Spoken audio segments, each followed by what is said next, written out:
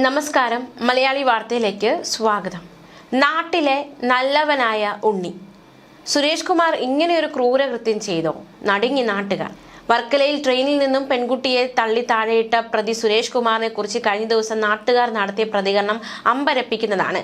സുരേഷ് കുമാർ എന്ന വ്യക്തി ഇങ്ങനെ ഒരു ക്രൂരത ചെയ്തോ എന്ന്, അല്ലെങ്കിൽ അയാൾ ഇത്രയും ക്രൂരത ചെയ്തു എന്ന കാര്യത്തിൽ നാട്ടുകാർ ഒന്നടങ്കം നടുങ്ങി നിൽക്കുകയാണ്. കാരണം സുരേഷ് കുമാർ മദ്യപിക്കും, വീട്ടിൽ സാധാരണ പ്രശ്നങ്ങൾ, അത് എല്ലാ വീടുകളും ഉണ്ടാകുന്നത് പോലെ ഭാര്യയുമായി പ്രശ്നങ്ങളുണ്ട്. പക്ഷേ ഇത്രയും ക്രൂരത ചെയ്യാൻ പാകത്തിനുള്ള ഒരു വ്യക്തിയാണോ സുരേഷ് കുമാർ എന്ന് ഇപ്പോഴും നാട്ടുകാർക്ക് അംഗീകരിക്കാൻ കഴിയുന്നില്ല. തങ്ങൾ കണ്ടുകൊണ്ടിരുന്ന, അതായത് കവലകളിൽ എപ്പോഴും ഇരിക്കുന്ന, മാത്രമല്ല ഈ ഇത്തരത്തിൽ പണി അന്വേഷിച്ച് മറ്റൊരിടത്തേക്ക് പോയ സുരേഷ് കുമാർ ഒരു കൊടും ക്രൂരത ചെയ്തിരിക്കുന്നു. കേരളത്തെ ഒന്നടങ്കം നടുക്കിയിരിക്കുന്ന ഒരു വലിയ ക്രൂരത ചെയ്ത ഒരു പ്രതിയായി അയാൾ മാറിയിരിക്കുന്നു. നടുക്കം വിട്ടു മാറിയിട്ടില്ല ഈ നാട്ടുകാരെ സംബന്ധിച്ച്. അവരുടെ പ്രതികരണമൊക്കെ കഴിഞ്ഞ ദിവസങ്ങളിൽ പുറത്തു വന്നിരിക്കുകയാണ്.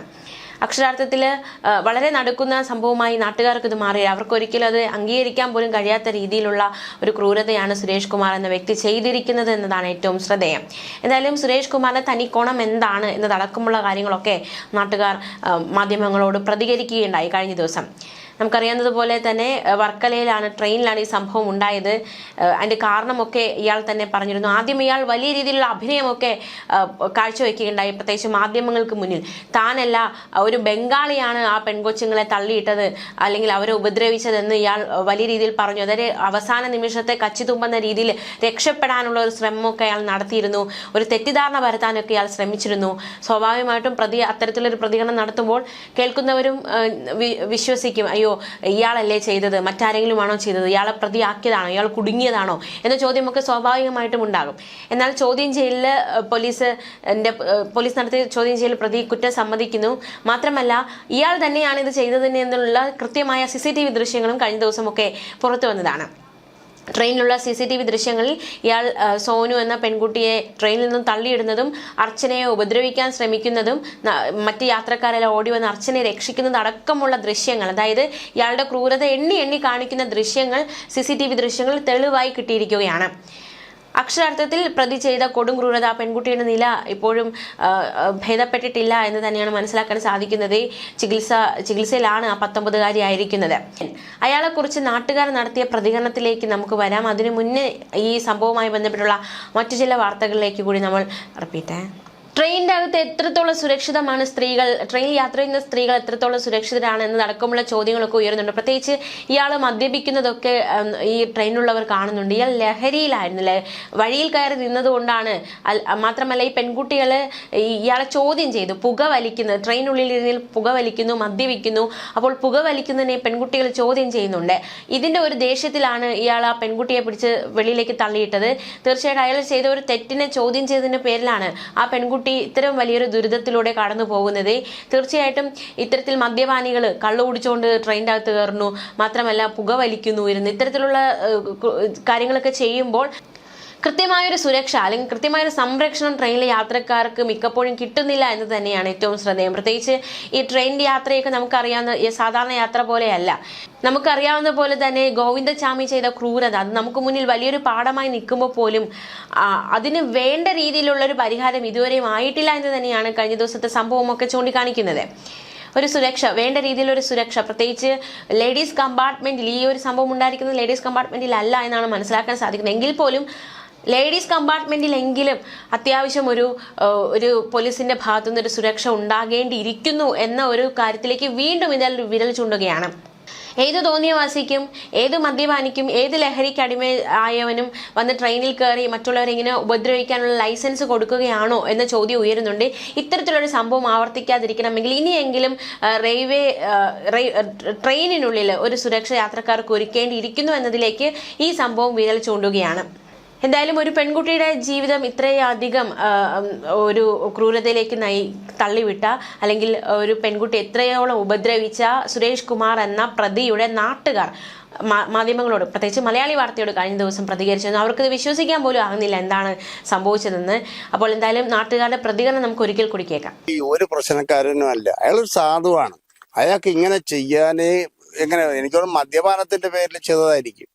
അതല്ലാതെ മദ്യപിച്ചതിന്റെ പേരിൽ അങ്ങോട്ടും ഇങ്ങോട്ടും സംസാരിച്ച് ചെയ്തതായിരിക്കും. അതല്ലാതെ ഇവിടെ പെൺകുട്ടികളെ ഉപദ്രവിക്കാനോ തിരിച്ച് ആണുങ്ങളെ ഉപദ്രവിക്കാനോ ചീത്ത വിളിക്കാനോ ഒരു ബുദ്ധിമുട്ടുകൾക്കും നാട്ടുകാർക്കില്ല.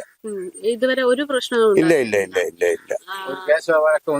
അത് നമ്മുടെ പോലീസ് സ്റ്റേഷനിൽ തിരക്കിയാൽ മനസ്സിലാവും. ഒരു പോലീസ് കേസും അവന്റെ പേരിൽ ഇതുവരെ ഇല്ലെന്നാണ് ഞങ്ങളുടെ അറിവ്. ഇപ്പം കഴിഞ്ഞ ദിവസം തന്നെ ഈ വിഷയമായിട്ട് ബന്ധപ്പെട്ട് ചില റിപ്പോർട്ടൊക്കെ പുറത്തു വരുമ്പോ ഇയാള് ഭാര്യയായിട്ടൊക്കെ എപ്പോഴും വഴക്കാണ് എന്നുള്ള രീതിയിലൊക്കെയാണ് പറഞ്ഞു. നമ്മുടെ എല്ലാ കുടുംബങ്ങളിലും ഇല്ലേ ചില ബുദ്ധിമുട്ടും പ്രശ്നമൊക്കെ. അതല്ലാതെ ഒരു പ്രശ്നം അങ്ങനെ ഇല്ല ഇല്ല ഇല്ല. നല്ല കുട്ടികൾ, 2 കുട്ടികൾ, കൊച്ചുകുട്ടികളാണ്. എനിക്ക് തോന്നുന്നു ഇളയ പെൺകുട്ടി 6ലോ 7ലോ ആണ്. നല്ല കുട്ടികളാണ്. ഇയാള് ജോലി സംബന്ധമായിട്ടാണ് യാത്ര പോയത്. അത്ര തന്നെ. എന്താണ് ശരിക്കും ഇയാൾ മുള്ളുവേലിയാണ്. മുള്ളുവേലി കെട്ട പെയിന്റ് അടി അപ്പൊ അത് മുള്ളുവേലി കെട്ടില്ല എന്ന് പറഞ്ഞാൽ പെയിന്റിങ്ങിന് പോകും. അങ്ങനെ വർക്ക് പിടിക്കാൻ പോയെന്നാണ് പറയുന്നത്. വർക്ക് പിടിക്കാൻ പോയെന്നാണ് അവര് പറഞ്ഞുകൊണ്ടിരുന്നത്. ഇവിടെ നിന്ന് പോയപ്പോഴ് രാവിലെ ബുള്ളറ്റ് പോകണമെന്ന് ഞാൻ കണ്ടു. പോയിട്ട് വൈകുന്നേരമാണ് ഈ സംഭവം അറിഞ്ഞത്. അവിടെ ചോദിച്ചപ്പോഴ് പണി നോക്കി തിരക്കി പോവുകയാണ് എന്ന് പറഞ്ഞു. എങ്ങനെ ഇത് വാർത്ത കണ്ടപ്പോ പെട്ടെന്ന് തന്നെ തിരിച്ചറിഞ്ഞാണോ അതോ നമ്മളെ നാട്ടിലെ ഒരാൾ ഇങ്ങനെ ഒരു പ്രശ്നം ഉണ്ടാക്കിയെന്നുള്ളത്? ഇല്ല, ന്യൂസ് കേട്ടപ്പോഴേ അറിഞ്ഞതാണ്. വാർത്തയിൽ വന്നപ്പോഴാണ് ഞങ്ങൾ അറിഞ്ഞത്. ചേട്ടന്റെ വീട് ഇവിടെ അടുത്താണ്? ഇവിടെ 4-5 വീടിനൊക്കെ അപ്പുറത്താണ്.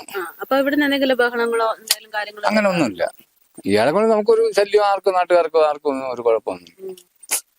അപ്പം ഒരു ശല്യവും ഒരിക്കൽ പോലും ചെയ്യാത്ത ഒരാൾ ഇങ്ങനെ ഒരു അക്രമത്തിൽ. പിന്നെ മദ്യപനി എന്നറിയാം, അത്രയും ഞങ്ങൾക്കറിയാം. വേറെ ഇതുവരെ പെണ്ണുങ്ങളെടുത്തോ ആണുങ്ങളെടുത്തോ ഒരു വാക്ക് തിറക്കത്തിന് മറ്റൊരു മോഷണോ പിടി ഒന്നും ഞാൻ അറിഞ്ഞിട്ടില്ല. ഉണ്ടോന്ന് എനിക്കറിയില്ല, നമ്മളെ അടുത്ത വീടാണ്. പിന്നെ എങ്ങനെയെന്ന് പറഞ്ഞാൽ പണിയിലായിരിക്കും മദ്യപിക്കും. പണി കഴിഞ്ഞിട്ട് വരുമ്പോഴും മദ്യപാനിയാണ്. ശരി, നല്ല മദ്യപിക്കുന്നത് എല്ലാത്തിനും. പക്ഷെ ഈ കാര്യത്തിൽ എനിക്കറിയില്ല. ഞാൻ ഓട്ടോ ഓടിയിട്ട് 10-12 വർഷമായി. അപ്പൊ ഒരു സംസാരിക്കുന്ന കൂട്ടത്തിലല്ലേ സാധാരണ നാട്ടുകാരൊക്കെ ആയിട്ട്? കൂടുതൽ നല്ല സംസാരിക്കുകയും നല്ല ഡീൽ ചെയ്യുകയും ഒക്കെ ചെയ്യും. പിന്നെ ഈ ഓണമൊക്കെ വരുമ്പോഴ് വെള്ളം ചില അടിച്ചിരിക്കും. കളിക്കാനും എല്ലാ ഊഞ്ഞാലാടും എല്ലാത്തിനും കയറും. അങ്ങനത്തെ ഒരു വ്യക്തിയാണ്. പക്ഷെ ഇതിപ്പോ ഈ ഒരു പ്രശ്നം ഉണ്ടായ സമയത്ത് ആള് പോലീസിനോട് പറഞ്ഞത് ഞാനല്ല മറ്റൊരു അന്യസംസ്ഥാന തൊഴിലാളിയാണ് എന്നുള്ള രീതിയിൽ പറഞ്ഞിരുന്നു. പിന്നെയാണ് ചോദ്യം ചെയ്യല് വീണ്ടും കുറ്റം സമ്മതിക്കുന്നത്. അതായത് ഓൾറെഡി ഒരു ക്രൈം ചെയ്തു എന്ന് മനസ്സിലാക്കിയിട്ട് പിന്നെ അത് വേറെ രീതിയിൽ ട്വിസ്റ്റ് ചെയ്യാനൊക്കെ ശ്രമിക്കുന്നു എന്ന് പറയുമ്പോൾ അയാളുടെ ഒരു ചിന്താഗതി മൈൻഡ് സെറ്റ് പോകുന്നത് കാണുമ്പോഴാണ് നമുക്ക് സംശയം. അപ്പൊ അതും ഇപ്പൊ നാട്ടുകാർ പറയുന്നത് തമ്മിലൊരു ബന്ധം. അങ്ങനെ ഒരു സ്വഭാവക്കാരനെ അല്ല.